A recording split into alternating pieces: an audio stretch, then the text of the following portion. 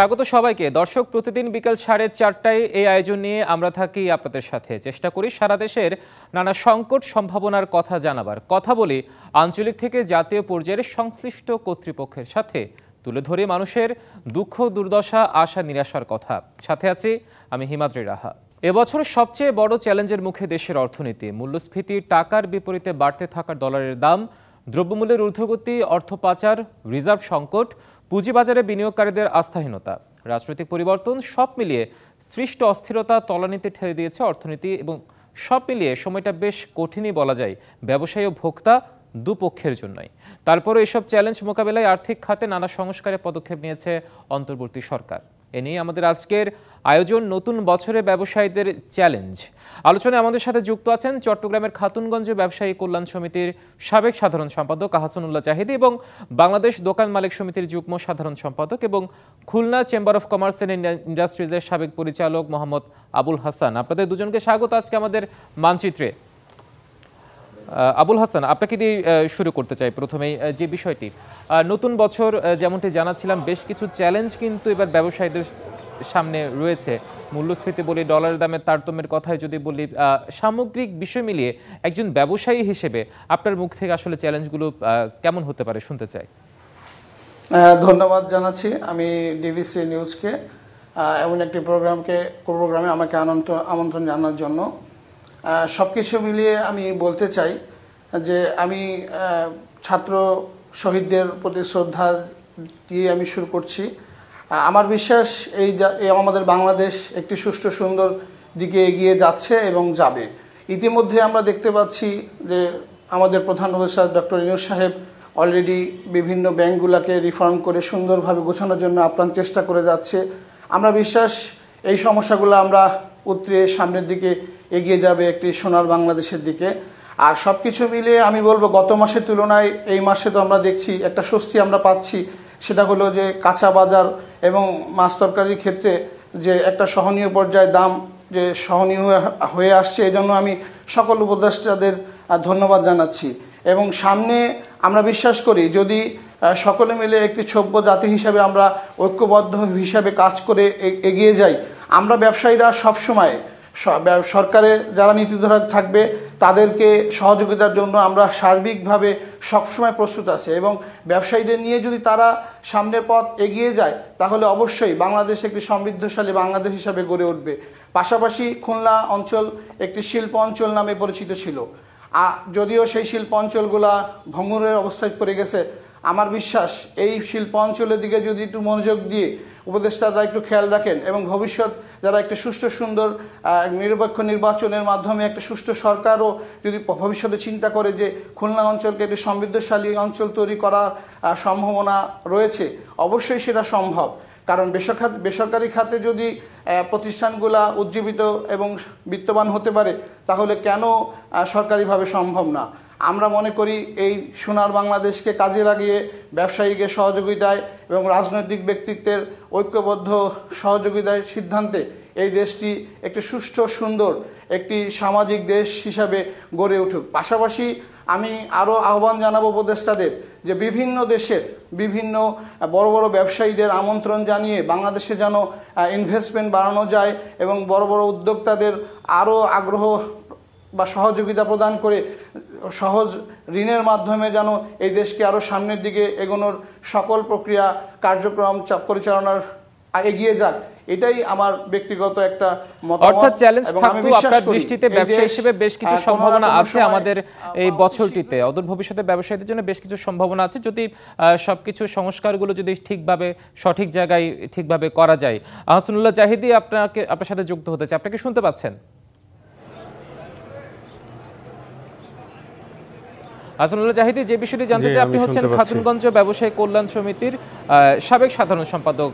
খাতুনগঞ্জকে বাংলাদেশের পাইকারি ব্যবসার প্রাণ বলা হয়, সর্ববৃহৎ পাইকারি পণ্যের বাজার। বর্তমান প্রেক্ষাপটে খাতুনগঞ্জের চিত্রটা একটু আপনার মুখ থেকে শুনতে চাই, কেমন আছে খাতুনগঞ্জ?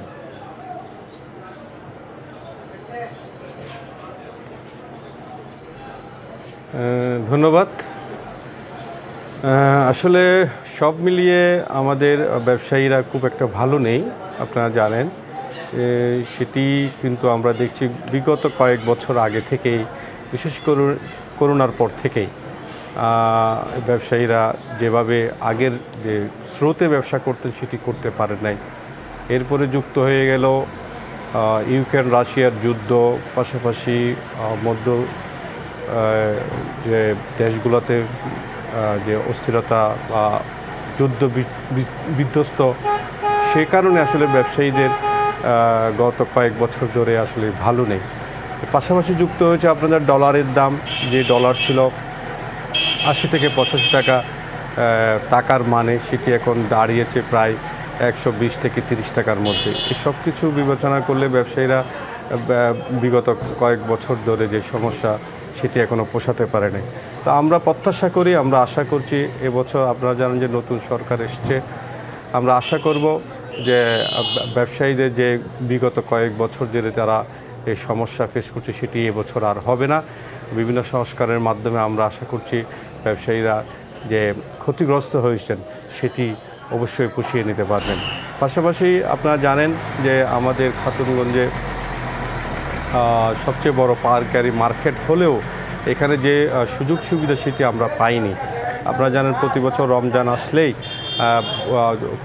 ভোগ্য পণ্যের বিভিন্ন পর্যায়ে দাম বাড়া বা দাম বেড়ে যাওয়ার যে প্রবণতা সেটি হয়ে থাকে। আমরা সবসময় চেষ্টা করছি ব্যবসায়ীরা যে আগাম প্রস্তুতি গ্রহণ করার, বিশেষ করে রমজান উপলক্ষে সেটিও করার চেষ্টা করছি ব্যবসায়ীরা।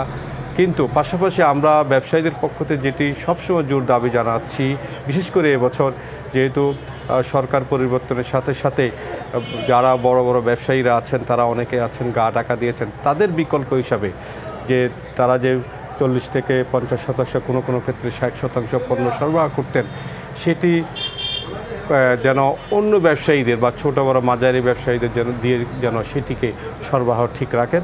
পাশাপাশি সরকার যেন এই নিজস্ব উপায়ে পণ্য সরবরাহ ঠিক রাখেন। সেক্ষেত্রে আমাদের রমজানের যে ব্যবসা সেটি সরবরাহ সেটি ঠিক থাকবে বলে আমি মনে করছি। নিশ্চয়ই হাসানুল্লাহ জাহিদ এবং আবুল হাসান, আমরা আবারও আপনাদের সাথে আলোচনায় ফিরবো। আপনাদের বেশ কিছু পর্যবেক্ষণ তুলে ধরার নেওয়ার চেষ্টা করবো। আমরা একটা ছোট্ট বিরতিতে যাচ্ছি। দর্শক, বিরতি নিচ্ছি মানচিত্রে, ফিরছি একটু পরে, সাথে থাকুন। স্বাগত আরেকবার মানচিত্রে। আমাদের আজকের আলোচনার বিষয়ে নতুন বছরের ব্যবসায়ীদের চ্যালেঞ্জ। আমরা ফিরছি আলোচনায়। মোহাম্মদ আবুল হাসান, আপনাকে দিয়ে আবারও শুরু করতে চাই বিরতির পর। বিরতির আগে আপনি আপনার বেশ কিছু ব্যবসায়ী হিসেবে চ্যালেঞ্জের কিছু পর্যবেক্ষণ তুলে ধরেছেন, সম্ভাবনার কথা তুলে দিচ্ছেন। এবার আপনার কাছে যে বিষয়টি জানতে চাই সেটি হচ্ছে নতুন করে 43টি পণ্য, নিত্যপণ্য এবং সেবামূলক পণ্যের উপর নতুন করে ভ্যাট আরোপ করার সিদ্ধান্ত নিয়েছে এনবিআর। আসলে ভোক্তার পাশাপাশি ব্যবসায়ীদের উপর এই যে সিদ্ধান্ত, এটার কতটা প্রভাব পড়বে বলে মনে করছেন?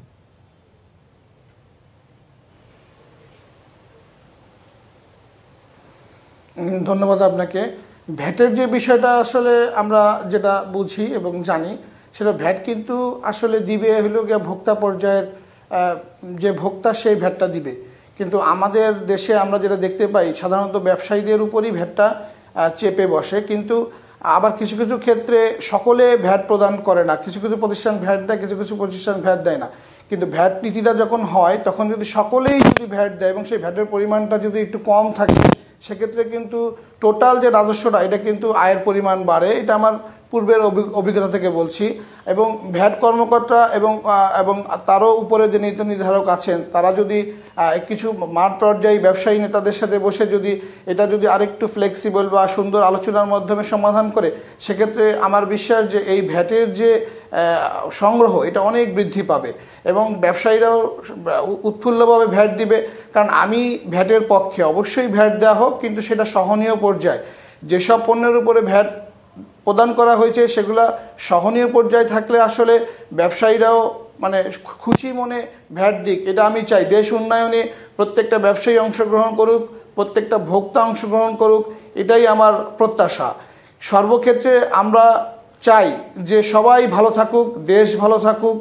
আমাদের এই ভ্যাটের কারণে যেন ব্যবসায়ীরা ক্ষতিগ্রস্ত না হয়, বরঞ্চ দেশ উন্নয়নের ক্ষেত্রে সকল ব্যবসায়ী তার মানে সঠিকভাবে তার ভ্যাটটা প্রদান করবে, এইরকম একটা পরিবেশ তৈরি করতে পারলে সবচেয়ে সুন্দর একটা জায়গা তৈরি হবে বাংলাদেশের জন্য। নিশ্চিত, তবে আপনার কথা আমি একটু যুক্ত করতে চাই। আপনি বলেছেন ভ্যাটটা শুধু ব্যবসায়ীদের থেকে নেওয়া হয়, ভোক্তাদের থেকে নেওয়া হয় না, কিন্তু ব্যবসায়ী কিন্তু পণ্যটা ভোক্তাদের কাছ থেকে পণ্য মূল্যটা বিক্রি করে ভোক্তাকে কিন্তু দিন শেষে ভ্যাটের টাকাটা পরিশোধ করতে হয়। সেক্ষেত্রে কিন্তু ব্যবসায়ী এবং ভোক্তা ভ্যাটের ক্ষেত্রে কিন্তু এক অন্যের পরিপূরক। এই জায়গায় বোধহয় বিষয়টি এভাবেই হবে, কারণ ব্যবসায়ী যদি পণ্যটা বিক্রি করতে না পারে সেক্ষেত্রে ভ্যাটটা আসলে আসবে কোথেকে? মোহাম্মদ আবুল হাসান, আপনি থাকুন আমার সাথে।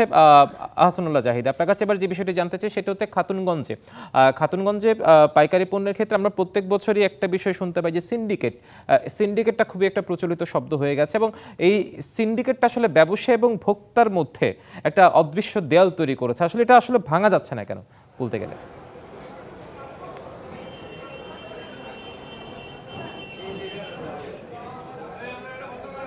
ধন্যবাদ। আসলে সিন্ডিকেটের ব্যাপারে যে অভিযোগটি করা হয় সেটি মূলত আমি এটাকে বিশ্বাস করি না, কারণ আপনারা জানেন যে মুক্তবাজার অর্থনীতিতে প্রতিযোগিতামূলক বাজারে সিন্ডিকেট করে ব্যবসা করার কোনোভাবে সুযোগ নাই। এরপরও যদি কারো হয়ে থাকে বা কেউ করে থাকে, তাহলে আমরা সবসময় এই কথাটি বলে আসছি, তাদেরকে যেন আইনের আওতা আনা হয়, সেটি আমরা সবসময় বলে আসছি। আর পাশাপাশি আপনি একটি প্রশ্ন করেছেন খাতুনগঞ্জের যে জৌলস, যে আমরা আগে দেখেছি যে খাতুনগঞ্জের দৈনন্দিন লেনদেন ছিল প্রায় 3,000 থেকে 4,000 কোটি টাকা, সেটি এখন নেমে আসছে 1 থেকে 1,500 কোটি টাকা। এটির মূল কারণ হচ্ছে দুটো কারণ আমি এখানে ব্যাখ্যা করতে চাই। একটি হচ্ছে আপনারা জানেন যে খাতুনগঞ্জ এই মার্কেটটি আসলে প্রায় 200 থেকে 250 বছর পুরানো মার্কেট।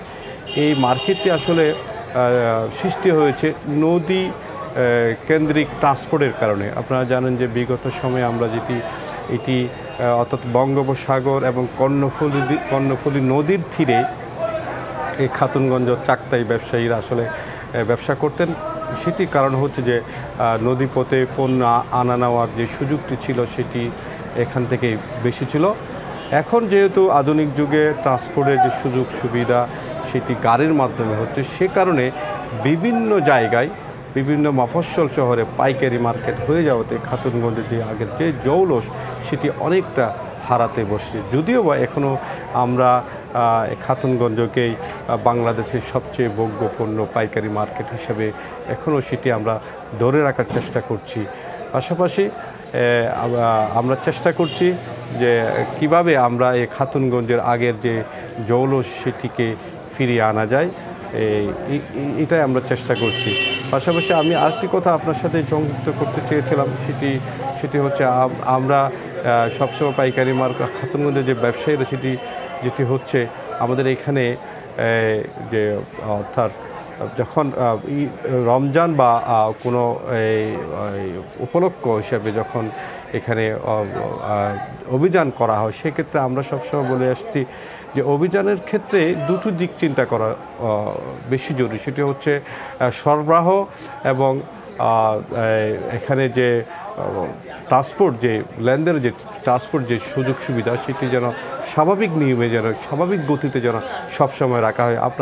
আপনারা দেখেছেন অনেক সময় যে এখানে ব্যবসায়ীদের কাছে এসে যে দামের যে নির্ধারণ করে দেওয়া, অনেক সময় সেটিকে আসলে ব্যবসায়ীরা হেনস্থার শিকার হন, সেখানে ব্যবসায়ীরা নিরুৎসাহিত হন।